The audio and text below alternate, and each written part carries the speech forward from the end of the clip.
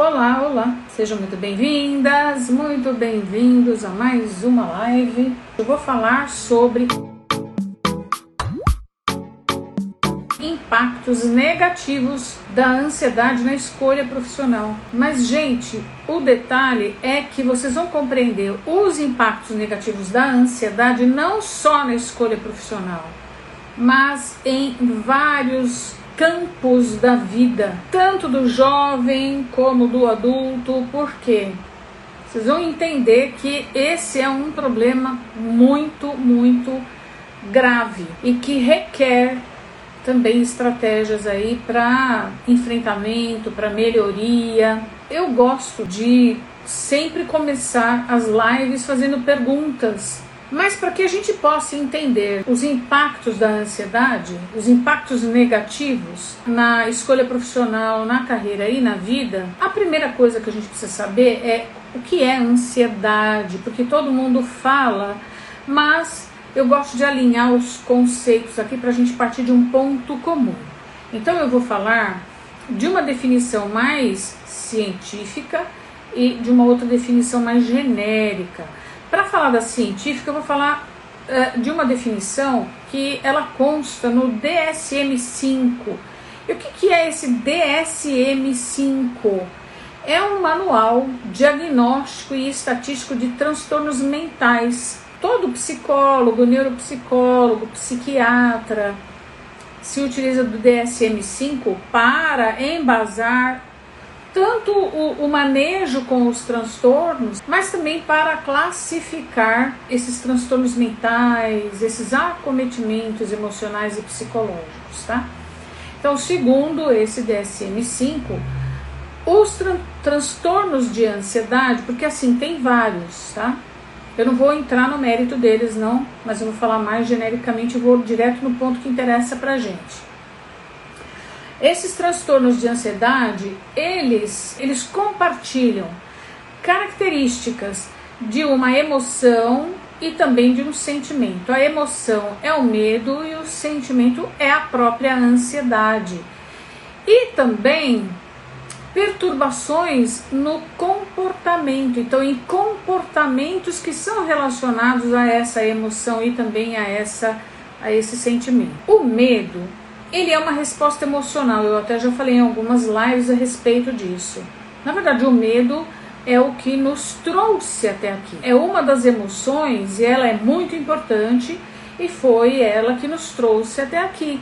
Por quê? Porque o medo, ele nos obriga a ter ações. Mas eu também não vou entrar profundamente nisso, porque tem uma live a respeito disso. Eu só vou dizer o seguinte, que medo é uma resposta emocional a uma ameaça iminente. O que é iminente? Que está prestes a acontecer. Ela pode ser real ou percebida como uma ameaça. Enquanto que a ansiedade é uma antecipação futura de uma ameaça. Aí, isso é a definição lá do DSM-5. Nos dicionários técnicos, que tem inúmeras definições, então eu vou falar aqui de algumas, até para que fique claro o que é a ansiedade.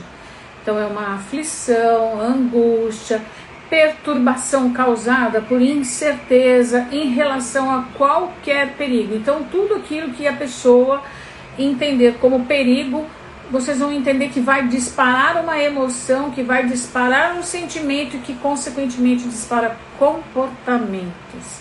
É muito legal isso, não é, gente? Então, a ansiedade, ela é uma resposta emocional provocada pelo quê? Por pensamentos que são pensamentos em resposta ao medo, e que o medo é uma emoção. O medo, ele surge em função de uma avaliação de perigo, e a ansiedade é aquele estado emocional desagradável que surge quando o medo ele é disparado, quando gatilhos provocam o medo. E a ansiedade, ela vem acompanhada de sintomas físicos que são provocados por esses pensamentos automáticos. São pensamentos automáticos e ruminativos. O que é ruminativo? O que é ruminar? Eu vou falar em termos de pensamento, tá? Até mesmo porque existem animais que são ruminantes E se eu falar dos animais ruminantes, é por aí que a gente pega e faz uma associação dos pensamentos ruminativos. O que é ruminar? É você ficar pensando em algo e aquilo fica voltando na sua cabeça e não tem uma solução. Fica ali e aquilo não vai embora. Ele está sempre voltando. E são pensamentos automáticos. O que seria isso? São pensamentos que eles surgem na sua mente, eles surgem aí na sua cabeça do nada, tá? Por isso que a gente fala que são pensamentos automáticos e ruminativos. Então imagina só, fica aparecendo, veja bem, quem daqui que nunca sentiu isso? Uma situação que você não consegue resolver e aquilo fica voltando na sua cabeça. E por mais que você fique assim, não quero pensar nisso, meu Deus do céu, não quero pensar nisso. Aí fica até cantando uma musiquinha, né? Pra tirar aquele pensamento da cabeça e aí daí a pouco, pum, o pensamento tá de novo na cabeça. Isso é pensamento automático ruminativo. Então a ansiedade, ela vem acompanhada desses pensamentos, que são os pensamentos automáticos ruminativos e que eles são negativos. Eles não são positivos. Vai levando a pessoa a um sofrimento intenso. E às vezes ela não consegue nem realizar as tarefas dela, as tarefas diárias, tarefa da vida profissional, tarefa da vida social. Agora imagina o pobre jovem que está lá, pobre que eu digo assim, o coitado do jovem, que está lá no momento da escolha profissional. Quantos pensamentos ruminativos não são disparados, automáticos e ruminativos não são disparados. Eu fico com paranoias. É isso aí, exatamente. A Micaele está dizendo que ela fica com paranoia. É isso aí. Percebe, gente, que é grave? Isso é uma coisa muito grave e parece que assim não é também dado muita importância. A ansiedade, ela pode surgir de diversas maneiras. Nem todos os quadros de ansiedade, eles são considerados patológicos. Vocês vão entender quando algo é patológico. Quando esse algo, ele está fora de controle, ele é disfuncional. Na verdade, assim, nem todos os quadros de ansiedade, eles são patológicos, mas em um grau mais alto, a ansiedade ela vai causando prejuízos na sua convivência do dia a dia, nas relações familiares, pessoais, profissionais. Imagina, vocês vão entender aqui o que a ansiedade começa a fazer com a cabeça da pessoa, com o pensamento da pessoa, a ponto da pessoa não conseguir se concentrar, e isso traz sérios prejuízos. Agora perceba, se você sente que você tem ansiedade, eu quero te dizer que você não está sozinho. Por quê? Tem um estudo realizado pela Organização Mundial da Saúde, foi feito em 2019, e apontou que o Brasil, comparado a outros países, ele tem o maior número de pessoas ansiosas. Por que será, né, gente? Por que será? São 18,6 milhões de brasileiros que sofrem com algum tipo de transtorno de ansiedade. E vou dizer o seguinte, esse estudo aí, essa pesquisa foi de 2019. Agora imagina, esses números eles aumentaram na pandemia, durante a pandemia.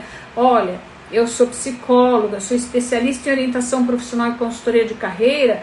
Eu tenho uma parte do meu trabalho que eu faço trabalho que a gente pode dizer que são trabalhos de desenvolvimento que visam criar estratégias para as pessoas que têm ansiedade, depressão, síndrome do pânico, um toque, que é um tipo de toque que traz uma perseveração também de pensamento. Então imagina que esses quadros eles aumentaram para o meu consultório, imagina no geral como foi. Vários alunos também do meu programa Escolha Profissional Assertiva que relataram que estavam mais ansiosos, estavam comendo mais, porque a ansiedade ela traz comportamentos.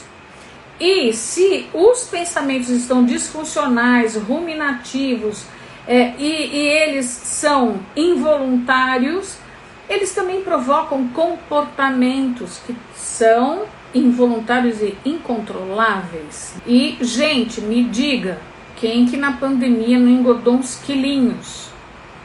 Difícil achar uma pessoa que não engordou uns quilinhos. 18,6 milhões de brasileiros com algum tipo de transtorno. Bem, então é o seguinte, a ansiedade, até um determinado ponto, ela é um sentimento vivencial e que as pessoas vão ter esse sentimento diante de uma ameaça. Uma ameaça que ela pode ser concreta ou que ela pode ser subjetiva, a pessoa se sente ameaçada por alguma coisa.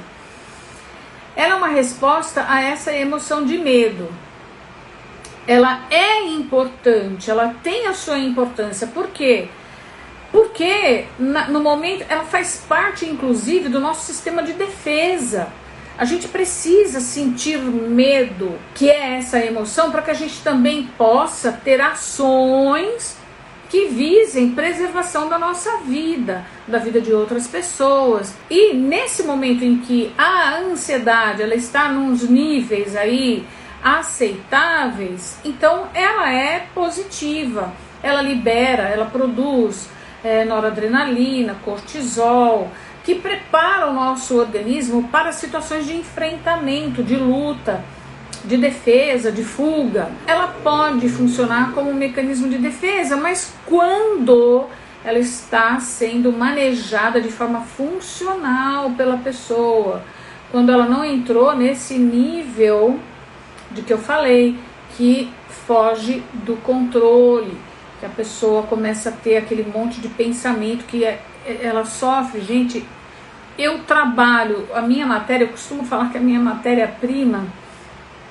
é o ser humano, né? E é o pensamento. Eu trabalho com essa parte aqui na psicologia, na neuropsicologia, e eu sei o quanto que a pessoa sofre quando ela tem esses pensamentos que ela não sabe manejar. Eles aparecem e é complicado dela manejar. A ansiedade, quando experimentada de forma funcional, quando ela está ali cumprindo uma função certinho na vida da pessoa, ela é positiva.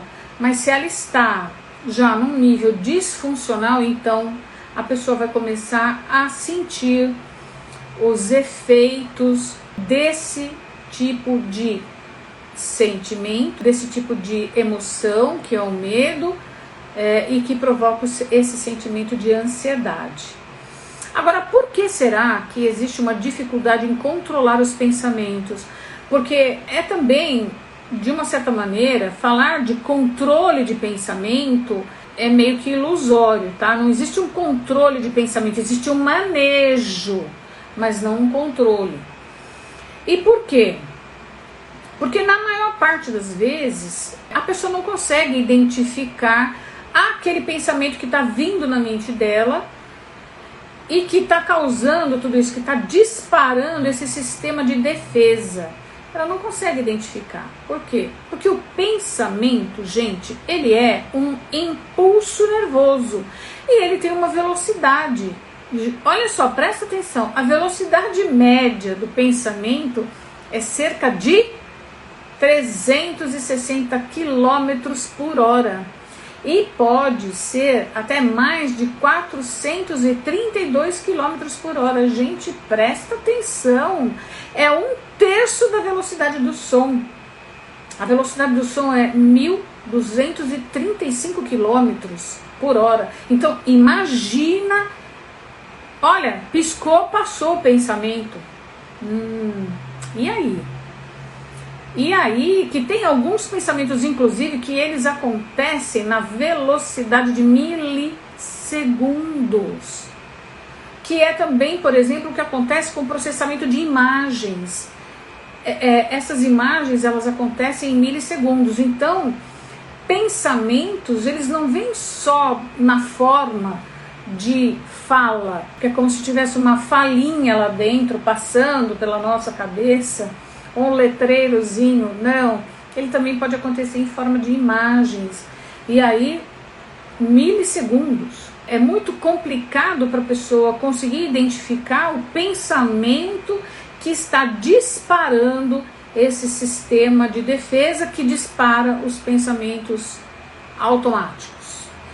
É muito desafiador detectar especificamente esse pensamento que está causando ansiedade, é muito complicado.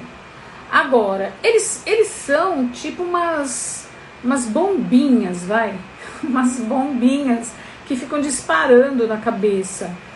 E é bem desagradável. Eu faço mapeamento de pensamento disfuncional dos meus clientes e vou dizer que realmente a pessoa às vezes não consegue identificar, tem técnica para isso. Mas quando a gente consegue identificar, aí a gente consegue desarmar a bombinha. Eu falo assim, gente, mas é bem grave, viu?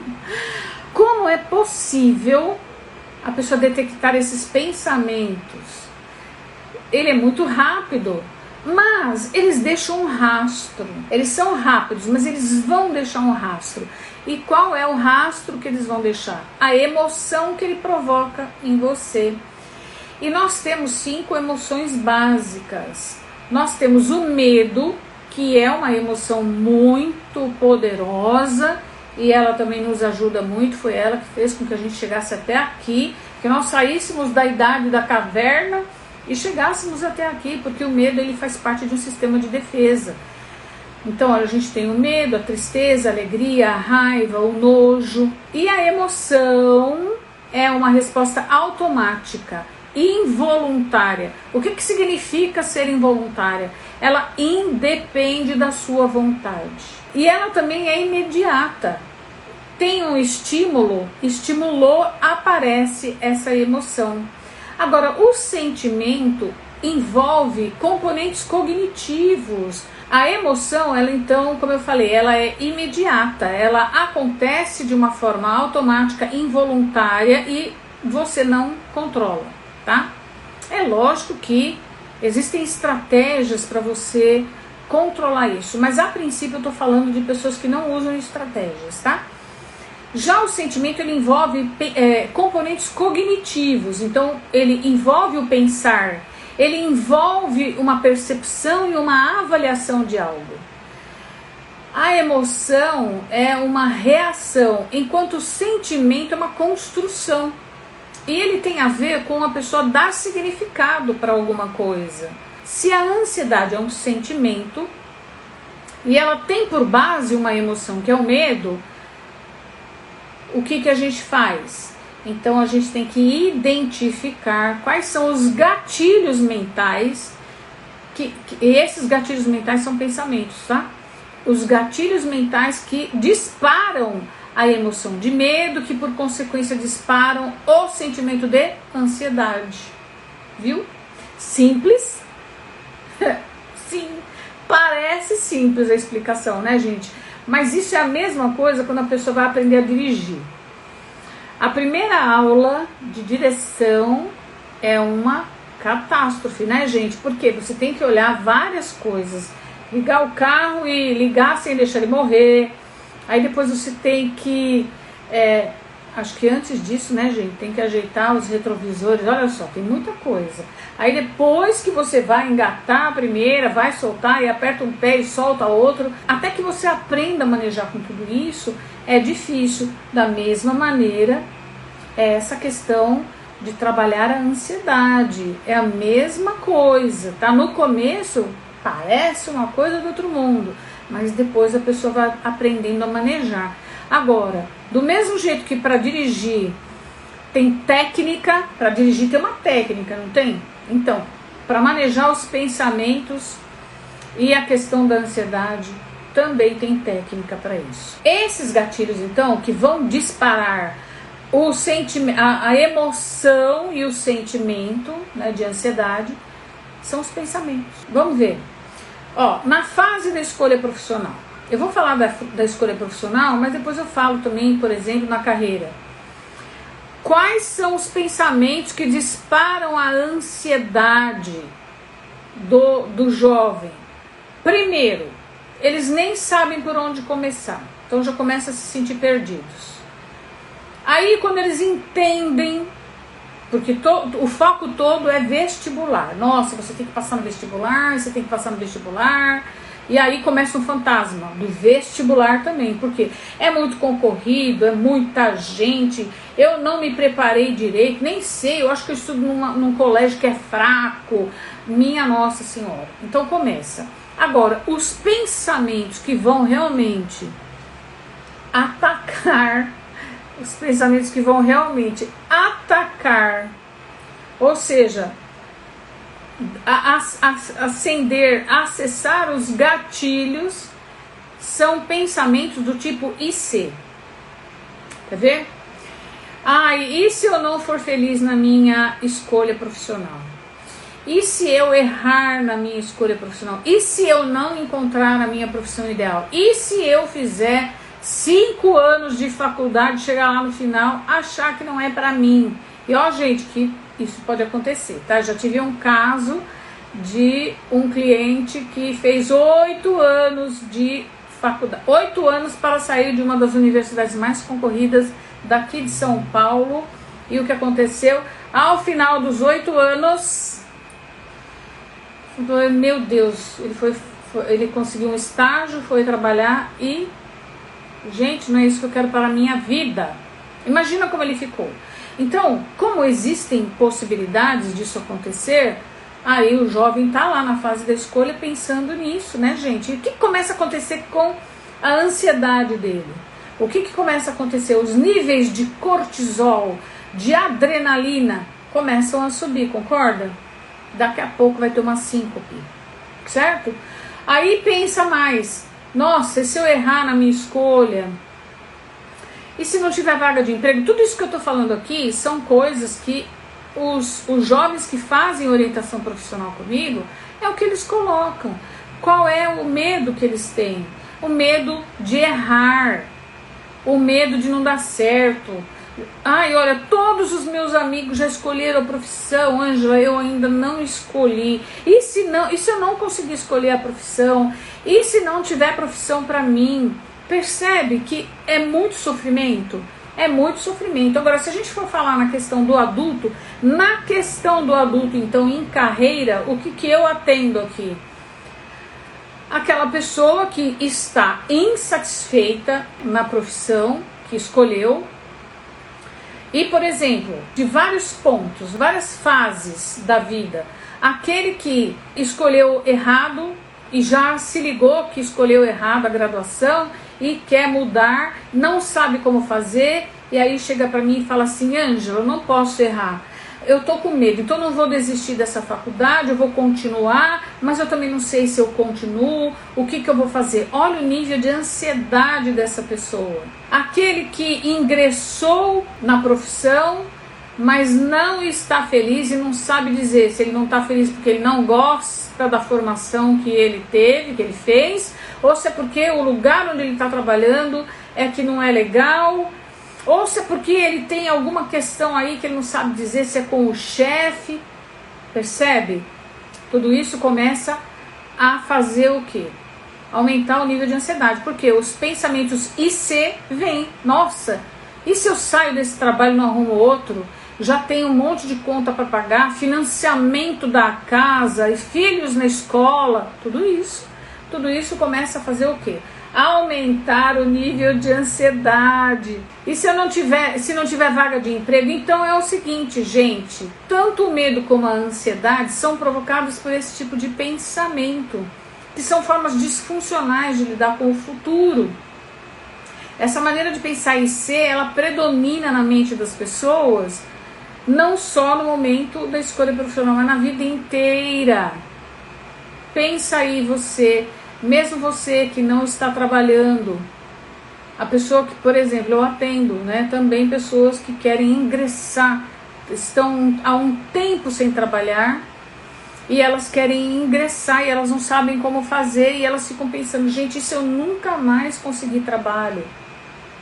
É muito complicado, gente, e isso dá muito, o nível de ansiedade aumenta. Por exemplo, tem pessoas que pensam, e se eu não passar na prova? E se meus pais morrerem? Como é que vai ser? E se eu não passar na entrevista de emprego? Nossa, e se eu não mandar bem nessa apresentação do trabalho? Nossa, eu vou ter que apresentar um trabalho para a diretoria ou para o meu gerente. E se eu não conseguir, ficam noites sem dormir. E se não terminar o relatório? E se eu não conseguir dar conta do que o meu chefe me pediu? E se eu não conseguir falar? E se eu travar na hora de falar em público? Gente, tudo isso... outra coisa também, às vezes a pessoa tem uma taquicardia, ou ela começa a ficar tão nervosa que o coração dispara muito. Ai meu Deus, eu acho que está me dando um ataque. Tudo isso é provocado pelo quê? Pelo pensamento IC. Então percebe, gente, que todos esses sintomas, eles decorrem de um pensamento característico da ansiedade. E também tem sintomas físicos, por exemplo, boca seca, tremores, mãos frias, calafrios, palpitações, dores musculares, dificuldade para dormir, insônia, às vezes dificuldade para acordar. Parece incrível, mas a dificuldade para acordar também ela pode estar mostrando aí que tem algo a ver com a situação que a pessoa não está conseguindo enfrentar. Apetite desregulado, existem causas físicas, comportamentos que são gerados em função da ansiedade, que são prejudiciais também à saúde da pessoa. Por isso que é importante identificar esse sentimento, é importante lidar com ele ou criar estratégias para que ele não ultrapasse os limites e para que ele não caminhe para um caso clínico mais sério, como os ataques de pânico, transtornos de ansiedade generalizada. Bom, as consequências podem ser muito desastrosas nos diversos estágios da vida. Na verdade, o que aumenta o medo, tudo o que faz com que a pessoa ative respostas de medo, aumenta a ansiedade. E o que causa isso? A incerteza. Então, por que os jovens eles também começam a ter altos níveis de ansiedade na fase da escolha profissional? Porque, gente, concorda que essa tarefa de escolher uma profissão tão jovem assim, começa que é uma responsabilidade muito grande e é uma missão que muitas vezes ela é impossível, quase impossível, porque eles não têm as informações necessárias para escolher de forma consciente e de forma acertada. E aí depois nas outras fases também a mesma coisa. Quando a pessoa está num trabalho e ela não consegue identificar direito o que é que está causando aquele sentimento de ansiedade, o que está causando aqueles pensamentos que são automáticos e involuntários, né? Ela não sabe, o que começa a fazer com que a pessoa não enxergue saída, ela não consegue ver possibilidades futuras, ela não consegue enxergar possibilidades favoráveis futuras. Ter a ansiedade, que é um sentimento sob controle, é o que faz com que a pessoa comece a ganhar clareza. O maior erro é subvalorizar essa questão. Achar que, tudo bem, ansiedade todo mundo tem mesmo, é o mal do século, então tá tudo ótimo, não preciso fazer nada sobre isso. É um erro. É um erro achar também que tratar com ansiolíticos, com remédios, com comprimidinho, eu tomo um comprimidinho que resolve. Também não. A medicação ela vai aliviar o sintoma, mas ela não vai tratar a raiz do problema. Ela não vai tratar aquele gatilho mental que está sendo acionado como um mecanismo de defesa através do medo e da ansiedade. O remedinho não vai tratar isso. Eu atendi, por exemplo, ainda atendo, tá? Um candidato, vou falar, desse cliente, na verdade, candidato, é um cliente, que ele foi indicado por um psiquiatra. Por que ele foi indicado para mim por um psiquiatra? Ele estava tendo crises de ansiedade e isso estava interferindo no desempenho dele no trabalho. Era uma pessoa que estava a ponto de ser demitida por conta desses problemas que a ansiedade estava causando. E veja, o psiquiatra indicou, o psiquiatra medicou, ele medicou o cliente. Mas isso não foi o suficiente para resolver o problema. Então ele teve que vir até mim, e aí, com as estratégias que eu utilizo para tratar a ansiedade, que são estratégias cognitivo-comportamentais, já foi até promovido, inclusive, tem que tratar. Vamos começar a pensar então como é que isso se resolve. Olha, não adianta eu falar para você, você vai conseguir resolver sozinho. Precisa de estratégia, viu, gente? E essa estratégia, ela é cognitivo-comportamental.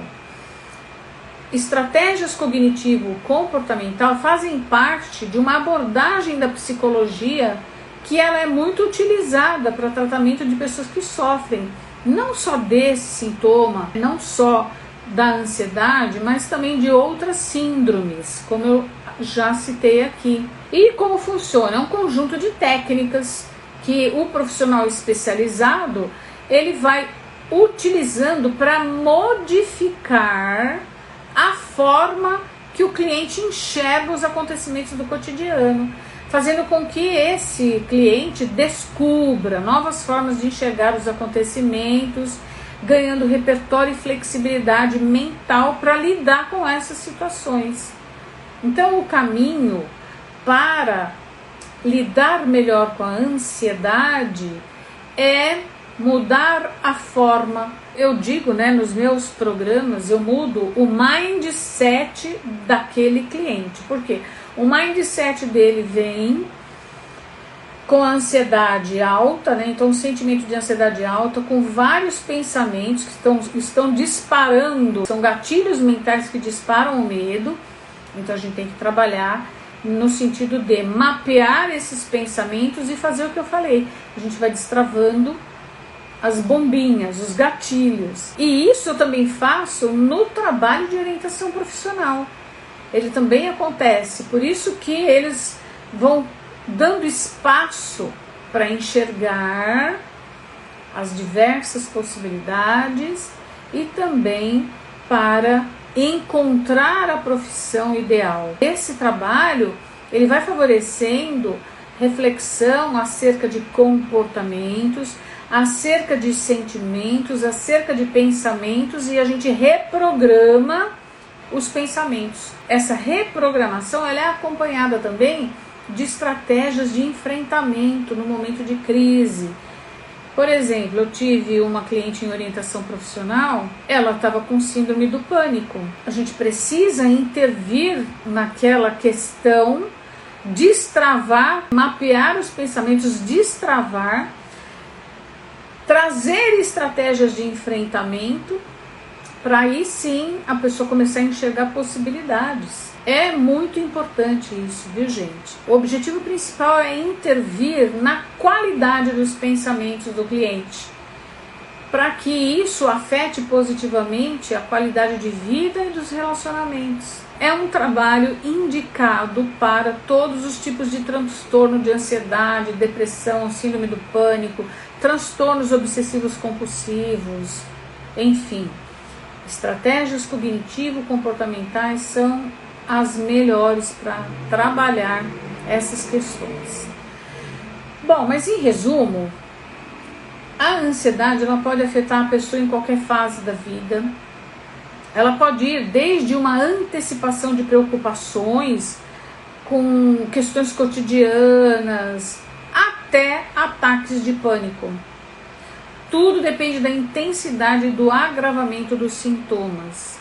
Também já atendi no consultório pessoas com ataque de pânico e é horrível para a pessoa sentir isso, é muito ruim. Então precisa realmente de atenção. Aí, voltando ao tema da live, dos impactos negativos da ansiedade na escolha profissional, eu acho que ficou muito claro para vocês como que a ansiedade ela impacta negativamente. Os pensamentos negativos, eles vão ativando funções de estresse. Eles vão sendo ativados em função do estresse. E quais são os principais motivadores aí do estresse? O fracasso, o medo do fracasso nas provas e o medo do fracasso na profissão. Mas eu vou dizer que isso a pessoa não sente só na fase da escolha profissional, ela sente para toda a vida. Porque a todo momento na vida profissional nós somos desafiados, nós recebemos demandas, né? Eu trabalhei muitos anos em empresas, grandes empresas, e assim, cada desafio, né, você vai sendo testado. E é aí que você começa também a compreender os seus limites, até onde você pode ir, até onde não. Nesse sentido, e também juntando com os seus compromissos financeiros, seus compromissos pessoais, tudo isso vai fazendo com que fique cada vez mais desafiador. O trabalho ele tem sido demandante, ele tem sido desafiador. Tem menos pessoas nos postos de trabalho, embora o desemprego esteja tão grande, né? Tem muita gente querendo trabalhar, mas tem poucas vagas, e quem está nas empresas também está se sobrecarregando, está fazendo muita coisa. Então tudo isso agrava os pensamentos, que são esses pensamentos disfuncionais. E isso tudo também mexe com o medo, com essa emoção do medo e com o sentimento da ansiedade, com a ansiedade. É bem desafiador, né? Vivemos um momento muito desafiador, pós-pandemia, uma guerra acontecendo no século XXI, né? Essa guerra acontecendo. Então, gente, tudo isso vai fazendo com que a vida fique instável, ela fique insegura. E a instabilidade e a insegurança, ela também vai ativando a emoção medo. A ansiedade, ela é ativada pelo medo. Na fase da escolha profissional, é puro medo que o jovem vive. Primeiro que ele tem que ir para um mundo que ele desconhece. E muitas vezes as referências que esse jovem tem, elas não são boas. Por exemplo, às vezes essa pessoa presencia situações de pessoas ao redor dela que são infelizes na escolha profissional. Eu tive uma cliente que me procurou, uma jovenzinha que me procurou, e ela me disse: eu tenho 2 irmãs e elas são infelizes na profissão delas. Eu não quero ser como elas. Eu não quero ter o mesmo destino. Olha que bacana, né? Ela usou o exemplo para buscar uma alternativa, para não ficar igual. Mas tem aquelas pessoas que também olham para isso e dizem: bom, essa é a sina de todo mundo, vai ser a minha sina também, então vou escolher qualquer coisa. Percebe que acaba funcionando assim? Dependendo da situação, aquele modelo para uns pode funcionar de uma maneira, para outros pode funcionar de outra. Nessa fase, o jovem ele é puro medo, ele tem medo de não encontrar a profissão ideal, de não ter vaga para ele no futuro. Vários chegam para mim e falam: Ângela, se não tiver vaga para mim no futuro.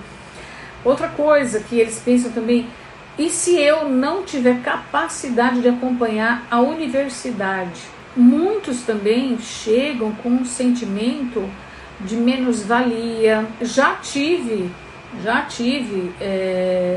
clientes jovens que duvidavam da sua própria capacidade, e à medida em que eu fui propondo atividades e que a pessoa foi dando conta de fazer, aí sim ela começou a enxergar que sim, ela tinha capacidade. É isso, meu trabalho é fortalecer as pessoas. Eu enxergo o potencial que elas não conseguem ver nelas, e o meu trabalho muitas vezes é provar para elas mesmas que elas têm capacidade. E eu adoro fazer isso, viu, gente? Me dá muito prazer em ajudar. Uma outra coisa também que eles têm é medo de não ser bem remunerado.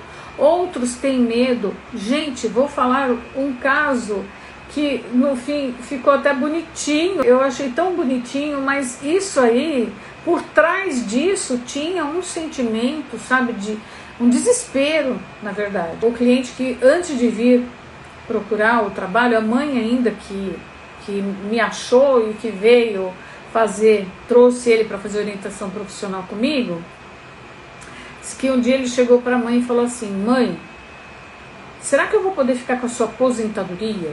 Mas, gente, é muito inocente, tá? Não pense que ele falou isso porque tinha uma má intenção ali, tá? Não. Ele falou: mãe, será que eu vou poder ficar com a sua aposentadoria?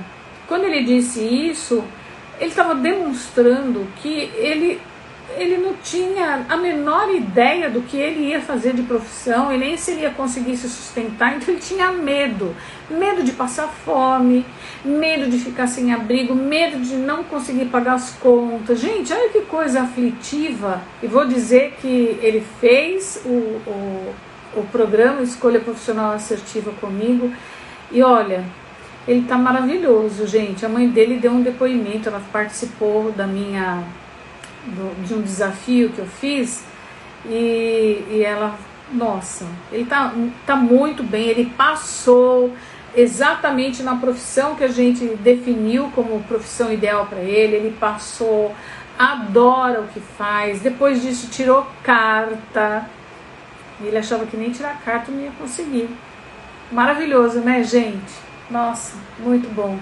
Então, o medo de não ter capacidade para se sustentar, para ser autossuficiente, esses são os disparadores. Pensa comigo, a pessoa já tem uma carga de ansiedade muito grande quando ela está nesse momento da escolha profissional. Por quê? Porque é muito demandante, é muito desafiador, e além de tudo, todos os gatilhos estão disparando o medo nela. O impacto da ansiedade na escolha profissional é muito grande e é muito grave, precisa ser tratado, precisa ser cuidado. Porque, gente, eu também não estou falando, eu nem quis levantar aqui os casos de pessoas que tiram a vida. E sabe que para toda pessoa que pensa nisso, é um pedido de socorro que a pessoa está fazendo.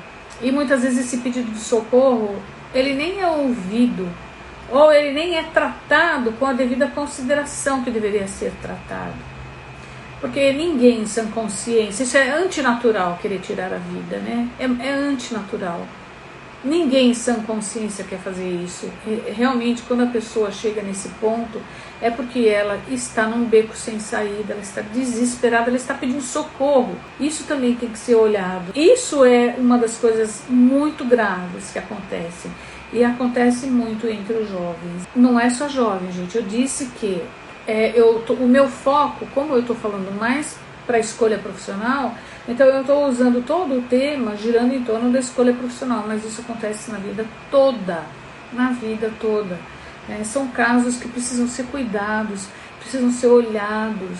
Ninguém quer atentar contra a própria vida porque simplesmente quer chamar atenção. Não.